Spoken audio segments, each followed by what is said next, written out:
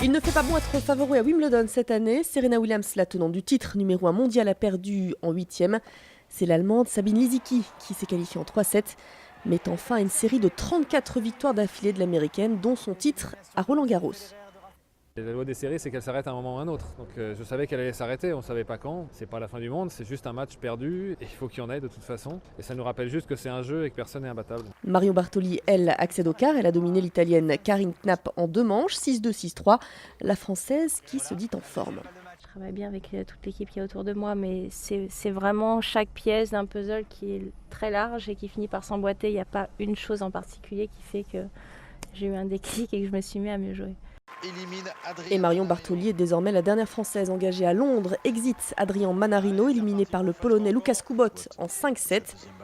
Même punition, mais en 3 manches pour Kenny de Schepper, sorti lui par Fernando Verdasco.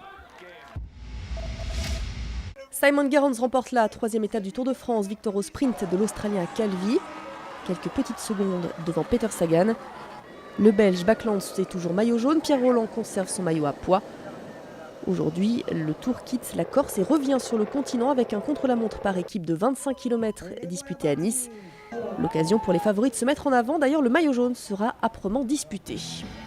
Christopher Froome et son équipe Sky ont sorti des bolides. Le Britannique, grand favori du Tour, est un excellent rouleur. Sa formation qui allie cohésion et rigueur affectionne le contre-la-montre par équipe. Aujourd'hui, l'occasion est belle de marquer les esprits. Notre objectif, comme celui de toutes les équipes, sera d'aller aussi vite que l'on peut. On a quelques gars un peu blessés, mais on sera toujours très compétitif. On va donner le meilleur de nous-mêmes, mais il y a d'autres équipes très fortes. Elles sont toutes très fortes. De sérieux rivaux comme l'équipe Omega Pharma Quick-Step de Mark Cavendish et du Français Sylvain Chavanel, ou encore la formation BMC emmenée par Cadel Evans, sans oublier Alberto Contador. Le double vainqueur du Tour a des atouts à faire valoir avec ses coéquipiers de la Saxo Tinkoff. Ouais, c'est sûr que si on perd 40 secondes, c'est déjà un handicap, c'est embêtant. On a une équipe qui est assez solide pour faire cet exercice. Donc pourquoi pas même gagner du temps, nous, sur d'autres équipes. Sur ce contre-la-montre de seulement 25 km sans aucune difficulté, il n'y aura pas beaucoup d'écart entre les favoris. Beaucoup de coureurs sont à 1 seconde du leader actuel. Et si on regarde bien, il y a 11 équipes qui peuvent aller chercher la victoire.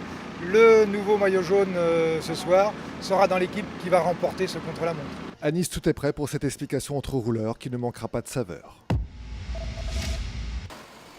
Ça sent la reprise pour la plupart des clubs de Ligue 1. Laurent Blanc a donné son premier entraînement hier aux joueurs du Paris Saint-Germain à Clairefontaine, faute de travaux au camp des loges.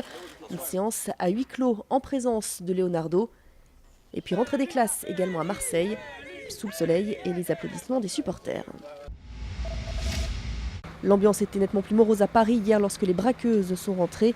Mine fatiguée, la médaille d'argent à l'Euro a toujours du mal à passer pour les basketteuses françaises. Les vacances tombent à pic.